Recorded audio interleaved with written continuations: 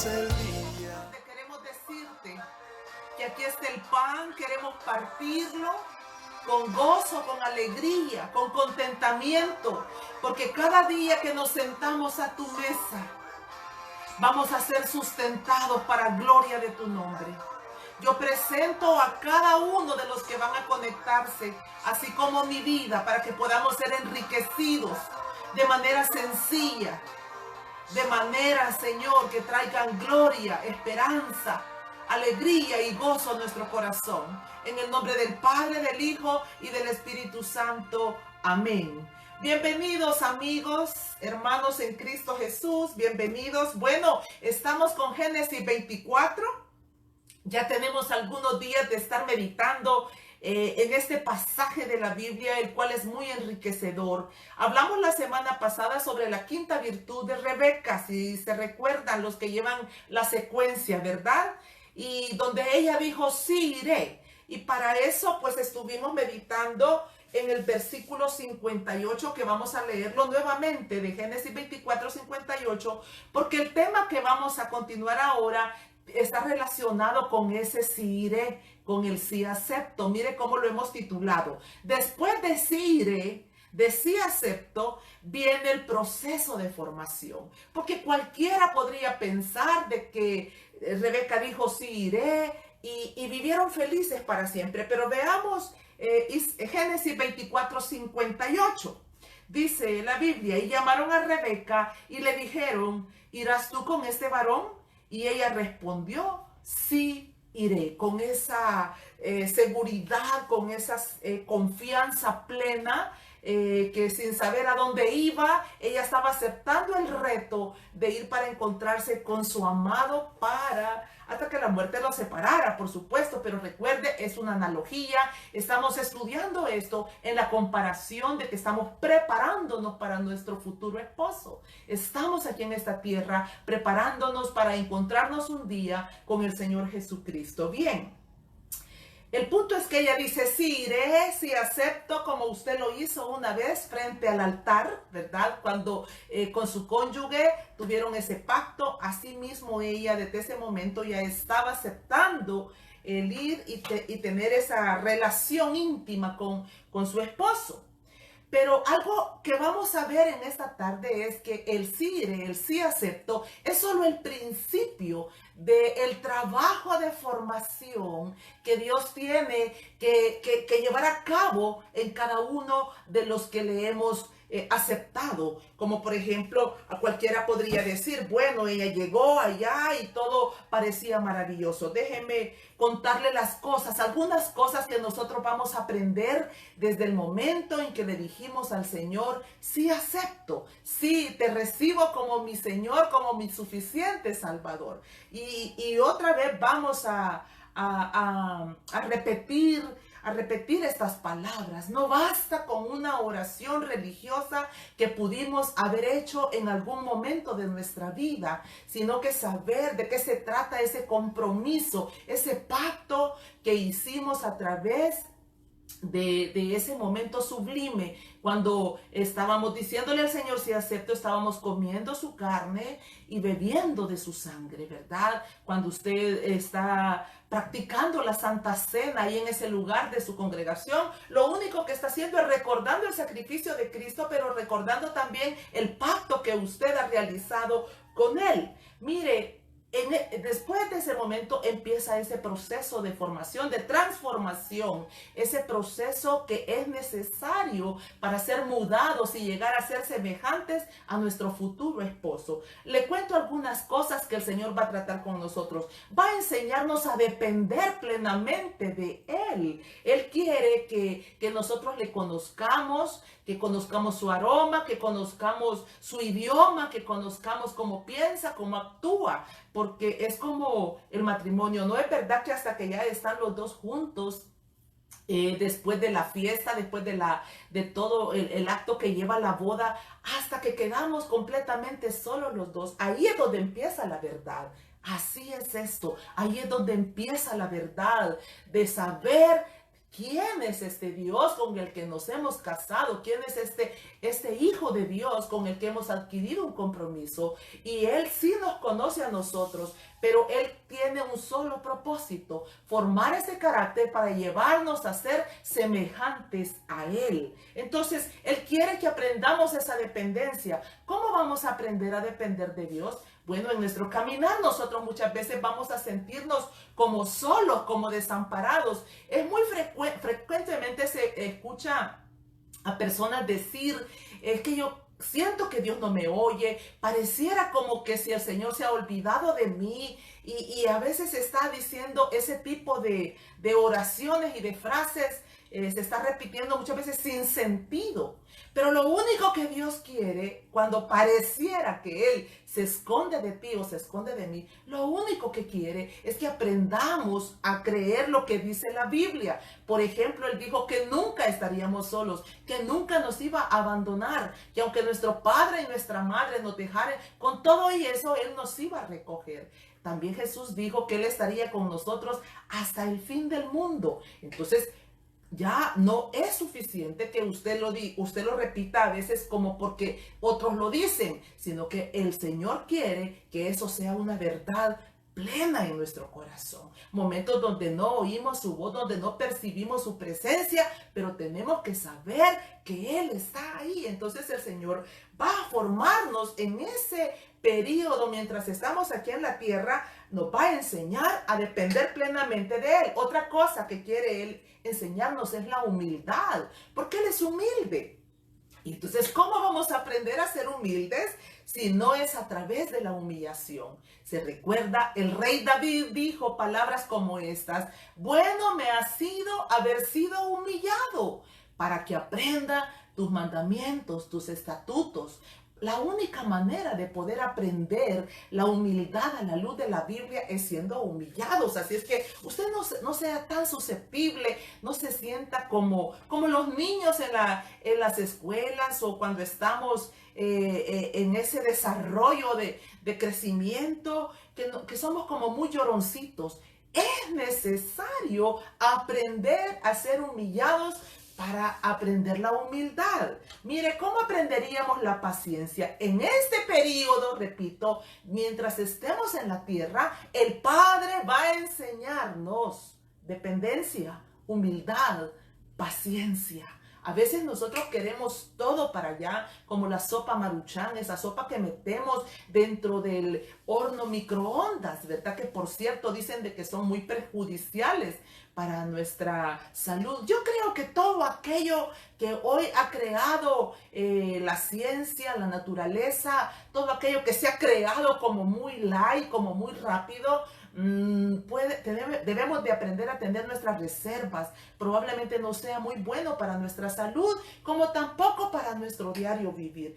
¿Qué sería de nosotros si nosotros solo chasqueáramos los dedos y vinieran las respuestas? Sería como niños malcriados, maleducados, que no aprenderíamos a discernir entre nuestra mano derecha y la izquierda. No aprenderíamos a discernir entre lo santo y lo profano. No aprenderíamos a valorar esas cosas hermosas que Él nos va dando en nuestro diario vivir. La paciencia. Otra cosa que Él quiere forjar en su futura esposa es que aprenda también a mirar los milagros, aprender a mirar lo sobrenatural. Por ejemplo, ¿cómo vamos a aprender sobre los milagros si no llegamos a tener necesidades como situaciones difíciles, ¿verdad? Bueno, a veces hemos estado en una necesidad económica extrema, pero de pronto sucede un milagro. Aquellas expresiones que salen de nuestro propio corazón en los momentos de aflicción cuando decimos,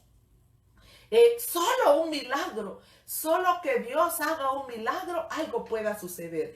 El Señor va a hacernos pasar por situaciones de aflicción y de angustias para que anhelemos un milagro. ¿Pero con qué propósito? De conocerle, que Él sigue siendo el Señor de los milagros. Así como en el Antiguo Testamento, como en la iglesia primitiva, Él sigue siendo el Dios de los milagros. Mire la provisión. Habrán días de escasez, habrán tiempos en que las cosas no nos van a salir Bien, ¿por qué estamos hablando de esto? Porque después de decirle al Señor, sí te acepto, sí iré en pos de ti, debemos de saber, querido amigo, que viene un proceso de regeneración, de transformación. Dios va a enviar a su Santo Espíritu a quitarnos el carácter que traemos de Babilonia para formar el carácter de Cristo Jesús. Seremos mudados como lo es una mariposa, como es un reptil, ¿verdad?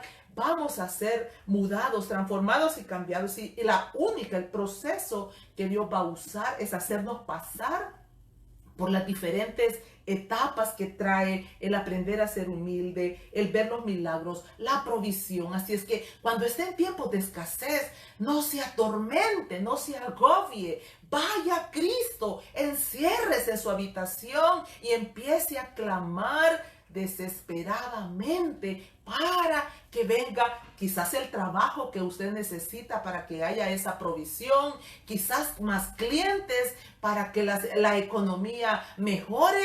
Bueno, porque el que no trabaja no come. Entonces, en el entendido de que lo que estamos haciendo sea prosperado para que no nos falte la provisión. Les recuerdo un versículo precioso que también son palabras dichas por el rey David. Él le dijo, no he visto justo desamparado ni descendencia que mendigue pan. Entonces, cuando yo me aferro a palabras como esa, voy a creer con mi corazón de que pasará ese tiempo de escasez, pero va a venir el tiempo donde el Señor volverá a proveerme. David también fue el mismo que dijo, no me des riqueza para que no me olvide de ti, ni tampoco pobreza para que no te niegue, ¿verdad?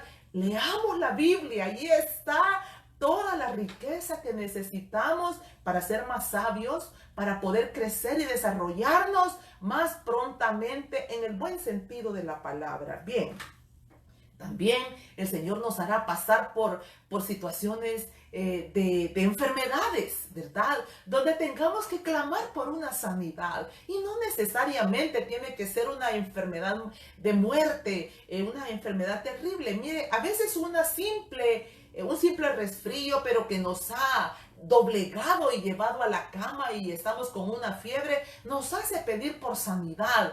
Ahí aprendemos también a conocer al sanador. Como le decía Jeremías, sáname y seré sano. Vaya que estos hombres en verdad conocieron a su futuro esposo, aprendieron a depender plenamente de su amado. Eso es parte de lo que el Señor quiere, que vayamos soltándonos de todas aquellas amarras a las que nos aferramos y nos aferremos a Él, que soltemos quizás a la mamita, al papito, a los amigos, al profeta, a aquel consejero, y nos vayamos aferrando cada día más y más a Él. Eso es parte del proceso. Después de sí te acepto, tenemos que pasar un proceso inevitable, porque usted tiene que saber cómo venía de Babilonia, cómo venía, cuál era la condición de su carácter cuando salió de Egipto. Entonces, cuando estamos conscientes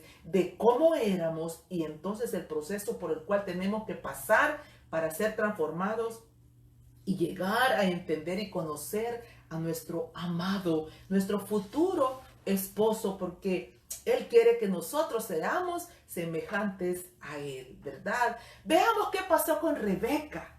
Mire allá en Génesis 24, versículo 64, llega el momento sublime, ¿verdad? Donde estos dos se encuentran después de todo el proceso que hemos hablado desde Génesis 24, versículo 1. Llegamos al versículo 64, donde dice, Rebeca también alzó sus ojos y vio a Isaac. Habían llegado ya a Canaán y descendió del camello. Y dice el versículo 67, y la trajo Isaac a la tienda de su madre Sara y tomó a Rebeca por mujer y la amó. Ahí se consumó ese matrimonio.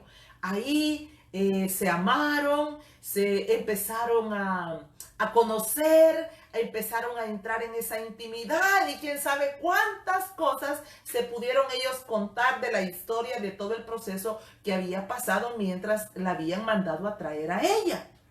Y cualquiera, si nosotros concluimos con ese versículo, podríamos cerrarlo como los cuentos que hemos oído desde niños, que dice, y vivieron felices para siempre, pero nada que ver. No se trata de que vivieron felices para siempre. Ahí inició el proceso para Rebeca. Si usted es acucioso en la lectura de la palabra, usted va a ver en Génesis capítulo 25, versículo 20, que Rebeca resultó que era estéril. Imagínense qué tremendo. Mandan a traer a la futura esposa al otro lado del mundo y resulta que esta mujer es estéril. Entonces, cuando uno piensa, bueno, Dios mío, ¿acaso Dios no sabía que esta mujer iba a salir defectuosa?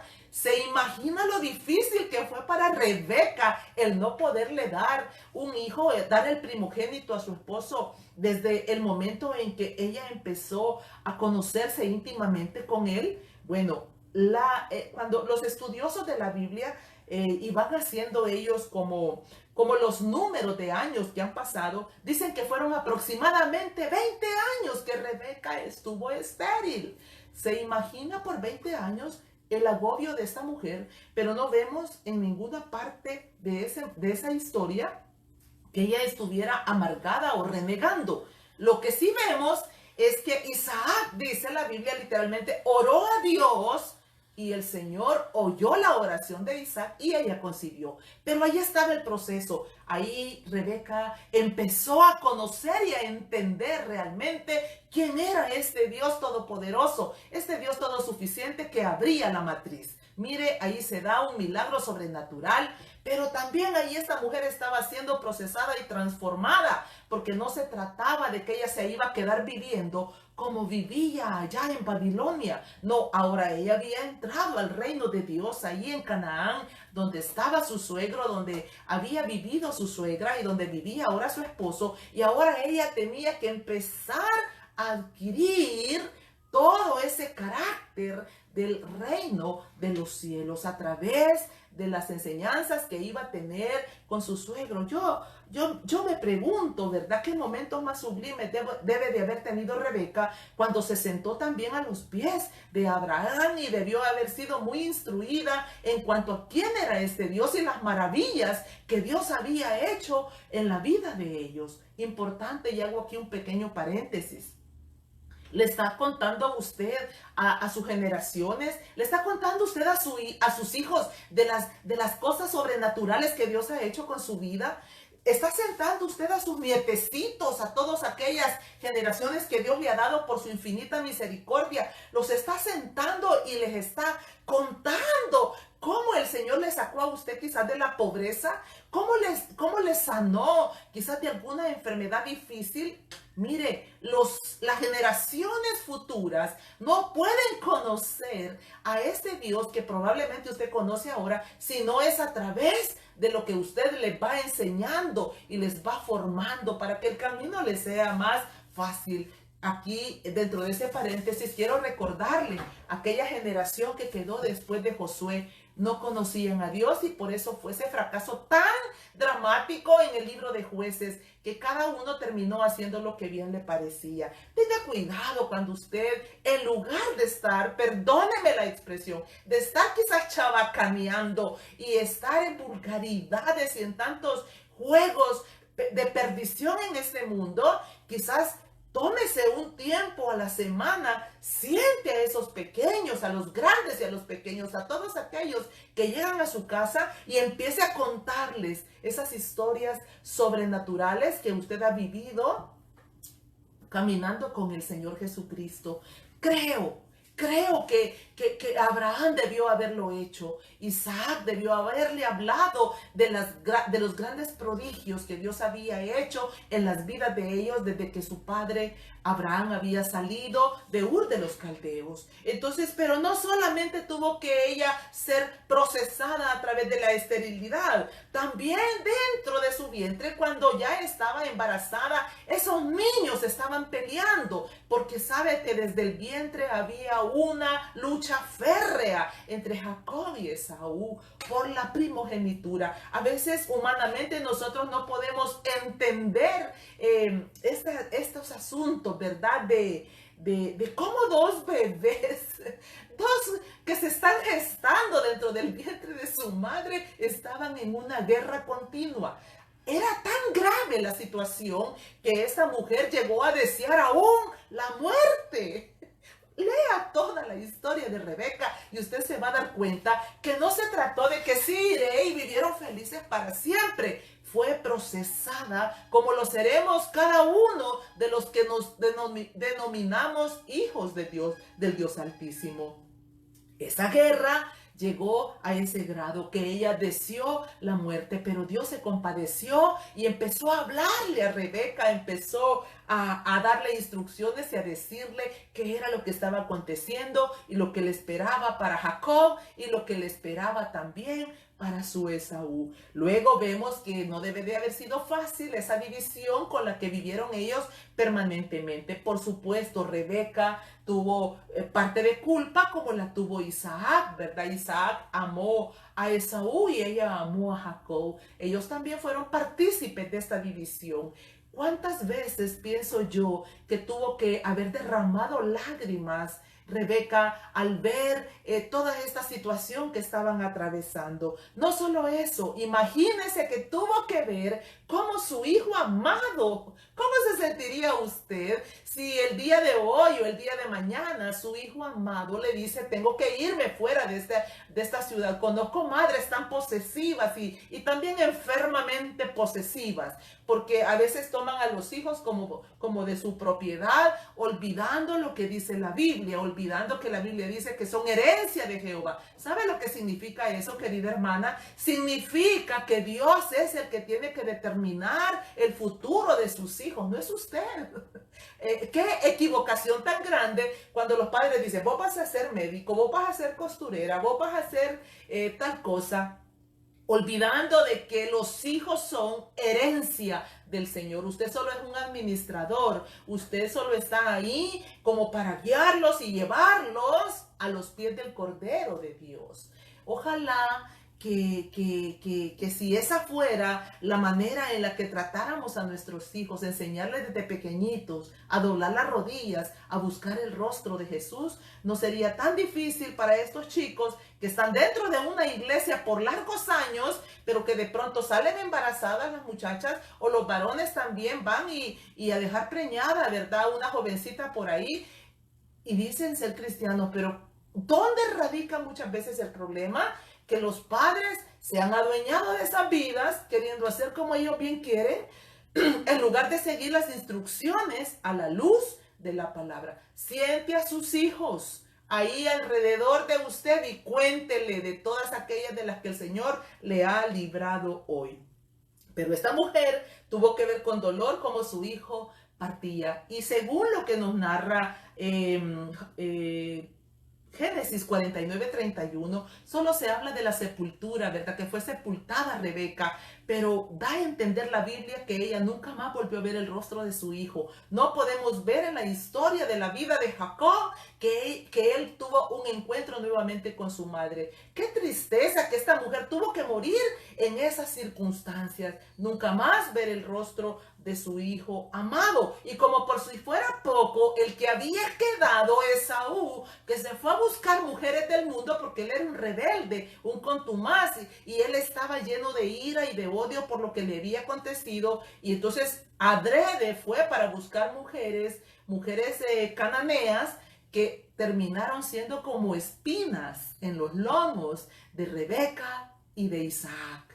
¿Cuánto proceso tuvo que pasar Rebeca después de sí iré, sí acepto? No se trata de que vivieron felices para siempre, sino que tuvo que atravesar un proceso probablemente muy doloroso. No sé cómo ha sido su proceso, pero yo quiero hacerle un llamado de atención en esta tarde y que usted piense y medite por qué tiene que pasar lo que está pasando. Bueno, ¿será por consecuencia de su misma desobediencia? ¿Será por causa de su misma necedad? o será realmente parte del proceso por el cual su Padre Celestial la está procesando, preparando para el día de la redención eterna, cuando vamos a encontrarnos con el Señor Jesucristo. Bien, toda adversidad será para quitar las imperfecciones del carácter hasta llegar a la estatura del varón perfecto. Mire lo que dice Efesios capítulo 4, versículo 13. Un versículo que yo le invito a que debemos de transcribirlo y deberíamos de pegarlo ahí en nuestro estudio, en nuestra habitación, donde para que tengamos presente, el Señor me ha traído a su reino para hacerme semejante hasta llegar a la estatura del varón perfecto. Efesios 4:13, hasta que todos lleguemos a la unidad de la fe y del conocimiento del Hijo de Dios. ¿Sabe por qué se destruyen tantos matrimonios? ¿Por qué terminan en divorcio, en separación, en adulterio, en dañarse y destruirse tanto? Porque casi nunca, por el egoísmo que nos caracteriza, no estamos dispuestos a ceder, a morir para poder hacer que el otro sea el que prevalezca, sino que nos casamos de una manera equivocada para que aquel me haga feliz, y eso lo que nos impide es llegar a conocer verdaderamente a la otra persona. Pero en el caso de Cristo y su futura esposa, este proceso es inevitable, es imposible. Él no va a casarse con una mujer desconocida. Él va a casarse con un hombre, con una mujer que esté dispuesto a decir, como dijo Isaías, heme aquí, Señor, prepárame, capacítame, enséñame a ser una mujer, un hombre dócil. Mire, es un pesar. Cuando yo leo Segunda de Crónicas, capítulo 30, versículo 7 específicamente, cómo el Padre de los cielos le decía una y otra vez a los israelitas, no sean como sus padres. ¿Cómo fueron sus padres, amado? Fueron hombres y mujeres rebeldes, contumaces y que terminaron en una vida miserable.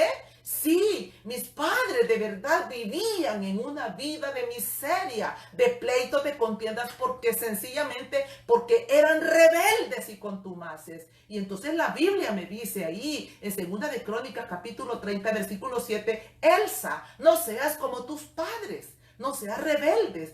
Dobla tu cerviz. ¿Sabe para qué necesitamos doblar nuestra cerviz?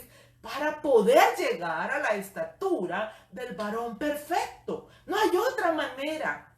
Un hombre altivo, una mujer altiva, una mujer que siempre quiere gobernar a su marido, una mujer que siempre quiere decirle al hombre qué es lo que tiene que hacer, nunca podrá tener la experiencia sublime de conocer el aroma del Cristo de la gloria. ¿Sabe? Una persona rebelde y contumaz siempre estará yendo detrás de un milagro, siempre estará llevando a las personas a una enseñanza equivocada. ¿Por qué?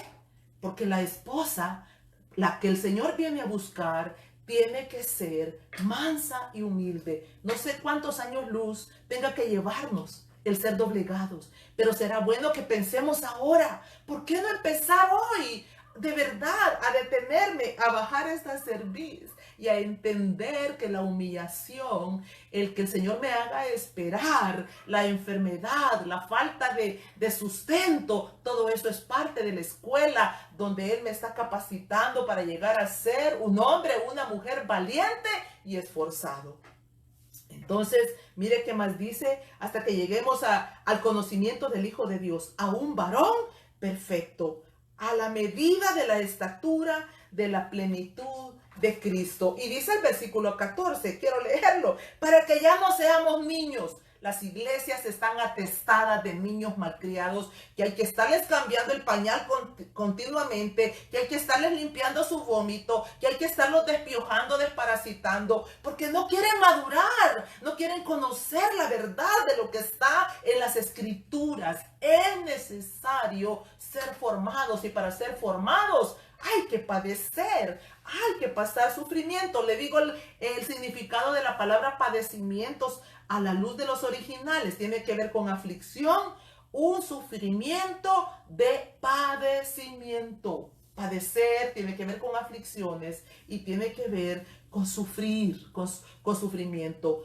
Repito, no los sufrimientos que usted está pasando, quizás por ser un mal administrador. No los sufrimientos que usted está pasando porque se casó con la persona que sus padres le dijeron que no se casara. No los sufrimientos que usted está atravesando porque se fue a meter quizás para abrir puertas al infierno. No los sufrimientos que usted está atravesando por la necedad de su corazón. No.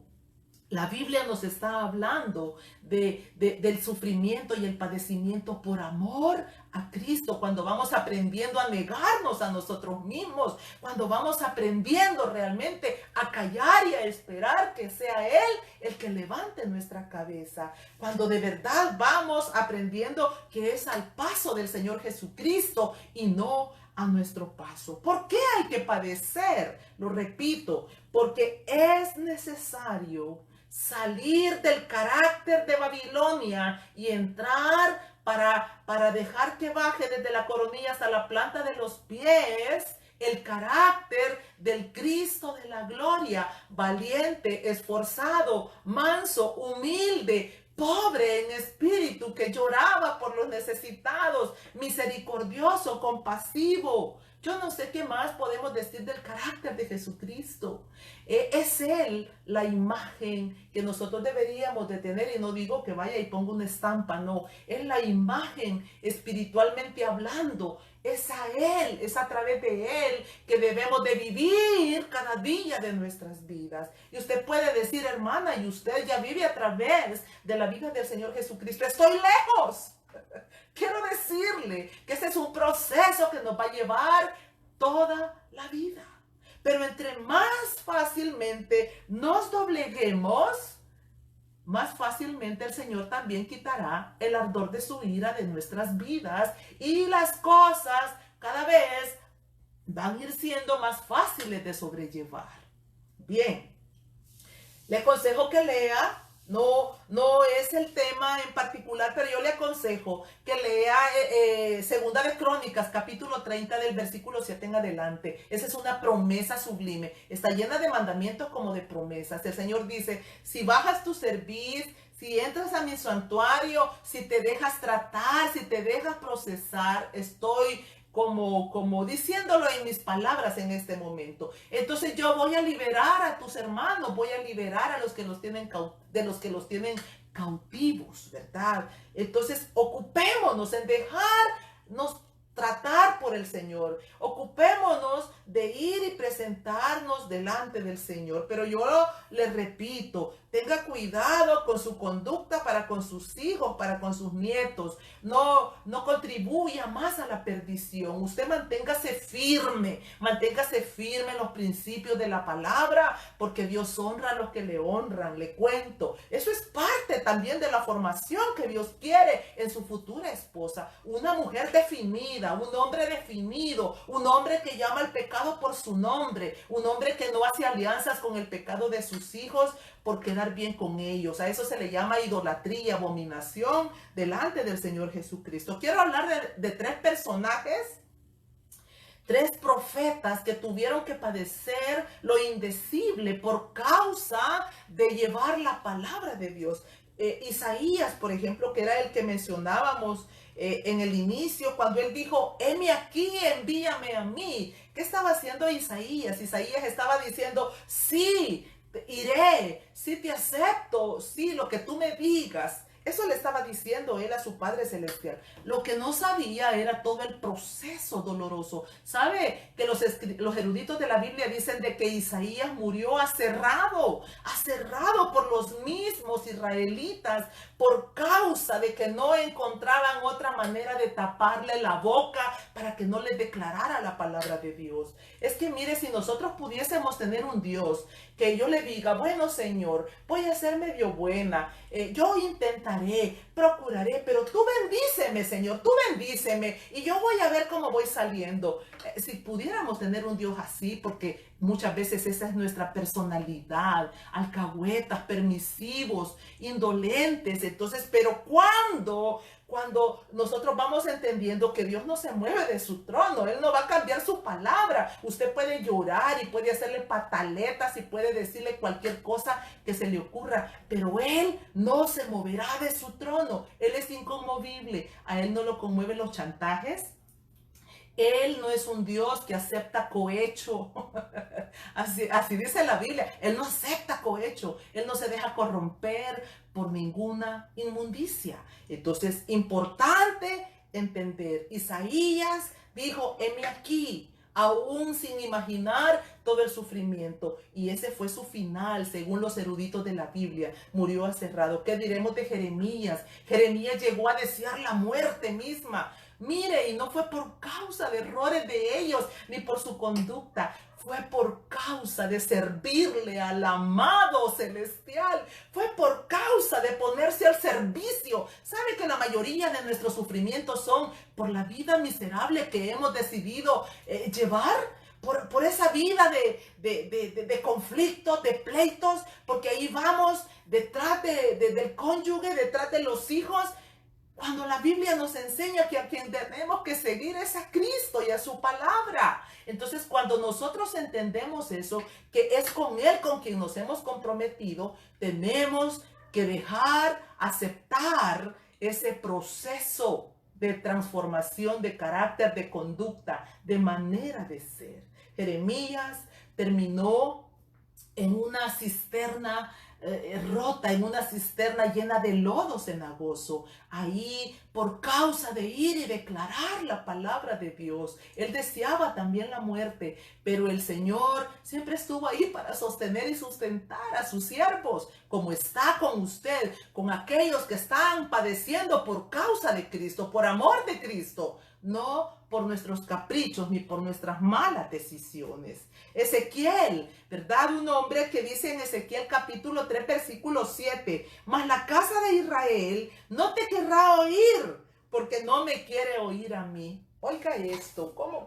¿Qué sentido tenía esto? El Señor enviaba a sus profetas, enviaba a sus mensajeros y les advertía, yo te envío, pero no te van a oír porque ellos no me quieren oír a mí. Sin embargo, estos hombres, yo no sé si usted iría, si el Señor le dice hoy, vas a ir a orar por el hermano fulano, por la hermana fulana, pero te advierto que no te va a oír, que no está interesada en saber qué es el mensaje que yo le estoy enviando. Entonces, qué tremendo. No sé si iríamos. Pero si usted es esa futura esposa de Cristo que está siendo formada, tiene que saber que debemos de ir, porque no estamos ya para mandarnos. Ahora tenemos una autoridad suprema sobre nuestra cabeza. Entonces, ahí en Ezequiel capítulo 3, versículo 7, el Señor le dice, no te querrán oír porque no me quieren oír a mí. Porque toda la casa de Israel es dura de frente y obstinada de corazón. Que no seamos nosotros a los que el Señor nos tenga que mandar un mensaje como ese.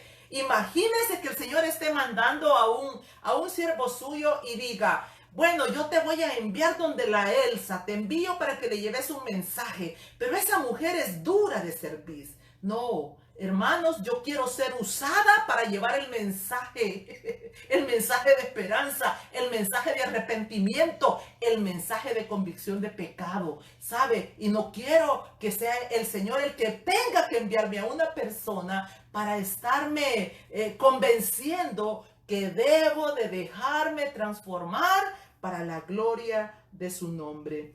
Este escritor, Watchman Nee, en su libro El carácter del obrero de Cristo, dice que uno de los requisitos indispensables de esos obreros debe de ser estar dispuesto a padecer.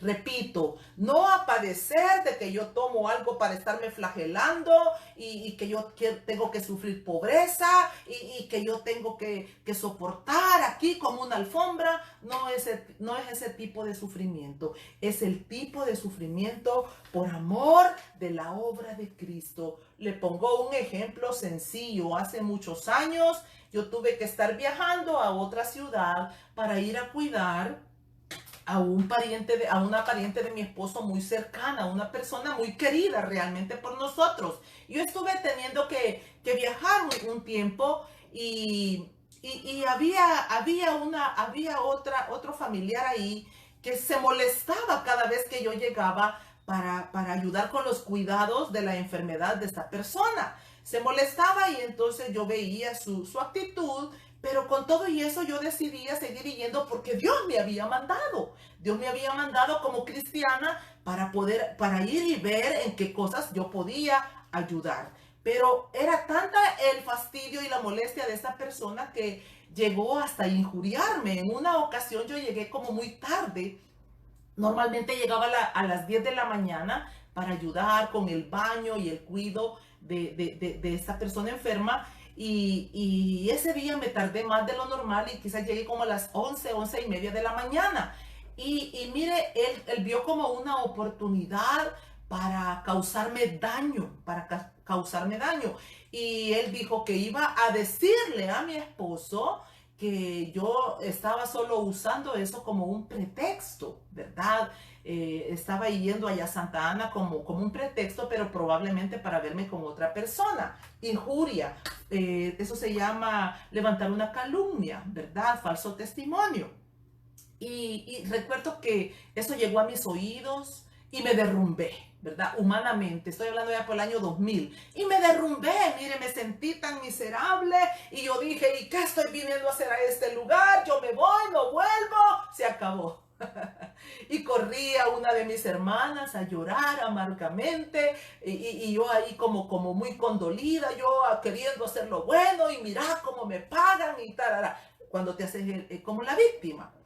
Y estaba oyendo una niñita ahí de 11 años, mi sobrina, Adriana, estaba oyendo lo que yo estaba atravesando y la niña de pronto se desapareció. Al corto tiempo regresa con un papelito y me dice, tía, este es el mensaje que Dios le envía en este momento. Y el mensaje decía, porque yo le mostraré cuánto le es necesario padecer por mi nombre. Hechos capítulo 9, versículo 16. Oiga esto, padecer por Cristo es que aunque te injurien, aunque te vituperen, aunque levanten un falso testimonio de ti, tú no te defiendes, sino que te quedas callado y esperas que sea Él el que levante tu cabeza, que sea Él el que te justifique y no te justifican tus propias palabras. Padecer por causa de Cristo es que aunque no tengas recursos, tú no pones excusas para ir y hacer la obra para el Señor.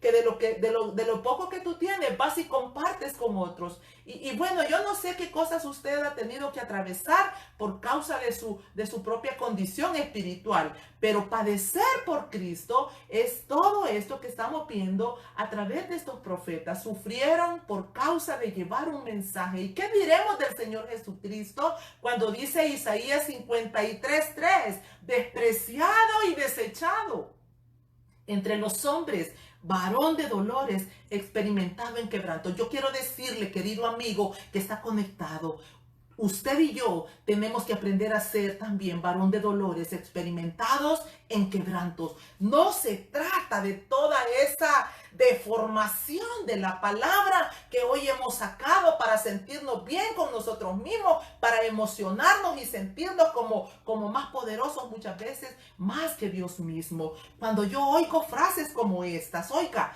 tú verás caer a todos aquellos que procuraron tu mal. ¿Sabe lo que hay detrás de esas frases? Lo que hay es venganza. En su corazón lo que hay es falta de perdón.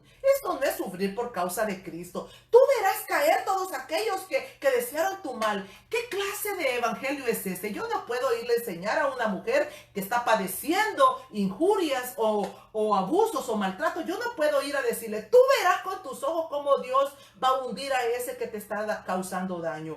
Ese no es el evangelio que el Señor Jesucristo vino a enseñarle a su futura esposa. Cuando yo leo Mateo capítulo 5, Mateo capítulo 6 y 7, puedo ver ese sermón del monte donde el Señor nos enseña a esa futura esposa a perdonar, a amar, a llenarnos de bondad y de misericordia y compasión.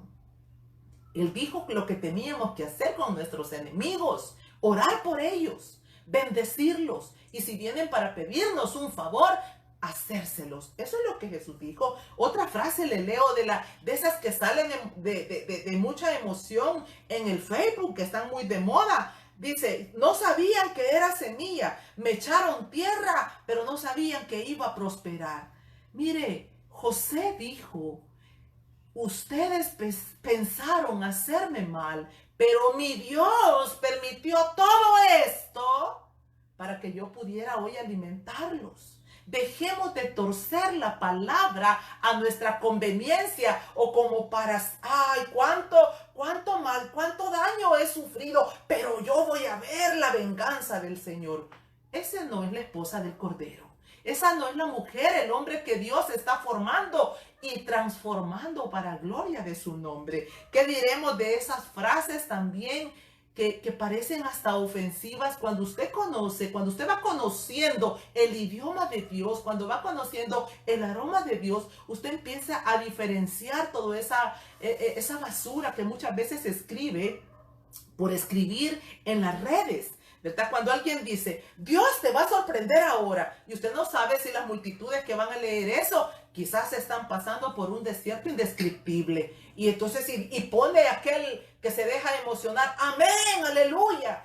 Sí, Dios te puede sorprender con un golpe brutal, porque probablemente no hemos entendido con la primera almágana, entonces probablemente venga la segunda, la tercera, las que sean necesarias. Otra frasecita, los cielos se abren y vienen todas las bendiciones. ¿De dónde extraemos? Hay que ir al contexto para venir y citar y sacar esas frasecitas emocionalistas, motivación, venganza, terapia, intereses personales. No. Aquellos que se alegraron de tu fracaso, verán cómo Dios te levanta. Vaya a la Biblia, sea humilde, sea sencillo, siéntese, déjese enseñar. Mire, vayamos a ese divino sermón del monte. Si con solo esos 3 capítulos que leyéramos quizá durante todo el año, yo le aseguro que la manera de ver al Señor Jesucristo y su palabra nos va a ser cambiada y transformada. Emociones baratas. No se deje llevar por esas adulaciones de que la princesa, que el príncipe, cuidado. El Señor está preparando a su esposa. El Señor está formando a todo aquel que le ha dicho, sí te acepto, sí iré. Le cuento una biografía. Vamos ya terminando. La biografía de Policarpio. ¿Quién era Policarpio? Un discípulo de Juan, el apóstol amado. Sí, del apóstol de Jesucristo.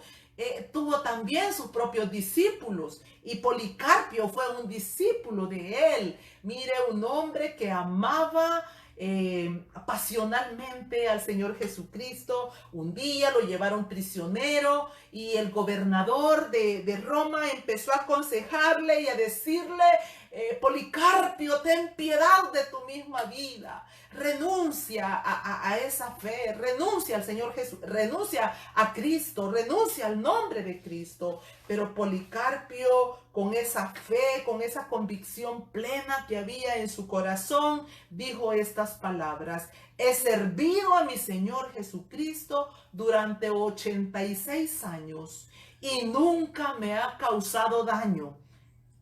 ¿Cómo puedo negar a mi rey que hasta el momento me ha guardado de todo mal y además me ha sido fiel en redimirme?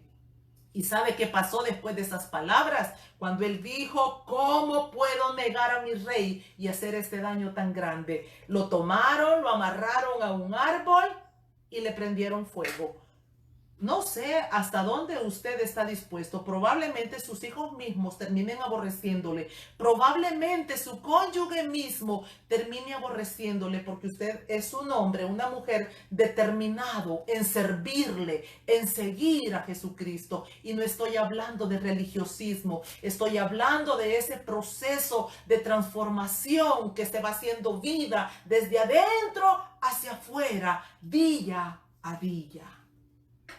Asimismo, en el Nuevo Testamento encontramos diferentes personajes. Juan el Bautista, que estuvo dispuesto a que le cortaran su cabeza por tal de decir la verdad, de llamar al rey, llamarlo adúltero. Él no estuvo dispuesto a negociar su posición. Él hablaba como el Señor así se lo había enviado. Quiero terminar con este versículo en Primera de Pedro, capítulo 5, versículo 10. Mire lo que dice. Mas el Dios de toda gracia, que nos llamó a su gloria eterna en Jesucristo, después que hayáis padecido un poco de tiempo, Él mismo os perfeccione, afirme, fortalezca y establezca. Amo este versículo. También le aconsejo, transcríbalo, porque el padecimiento, el sufrimiento tiene un propósito,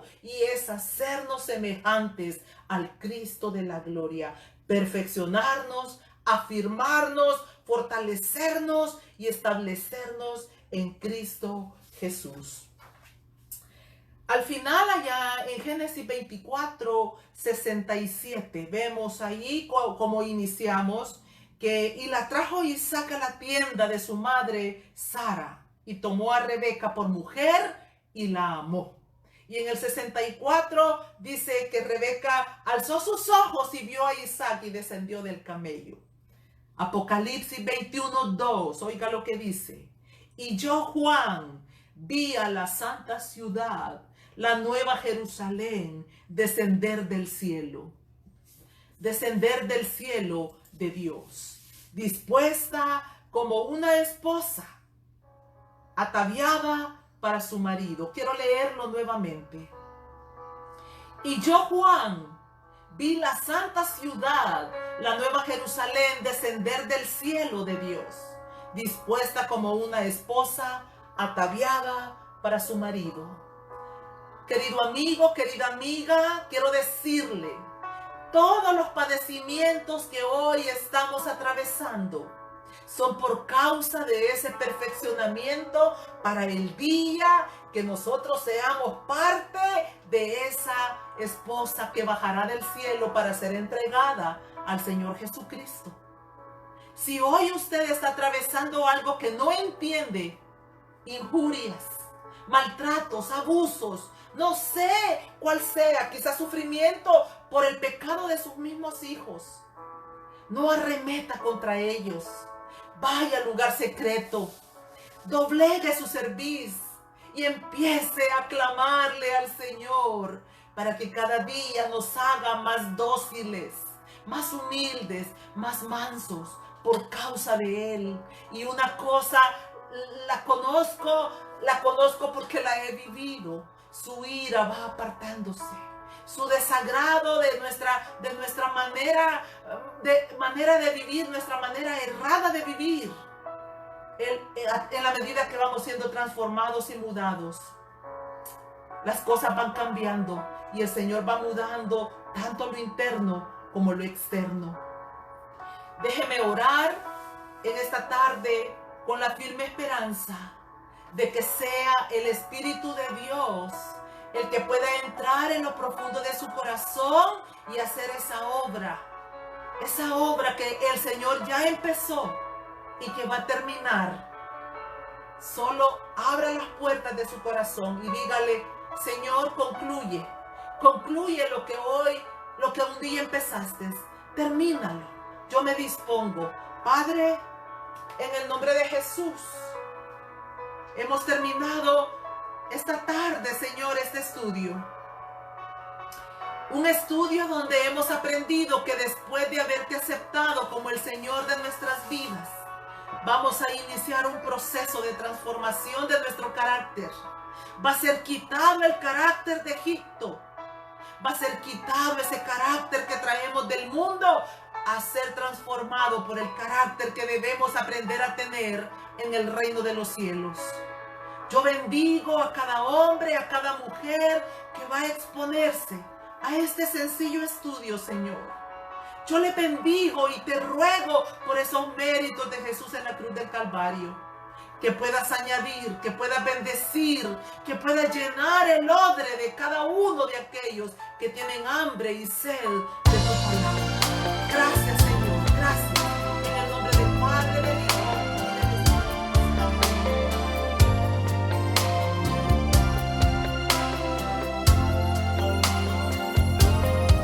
Hoy es el día esperado por ti.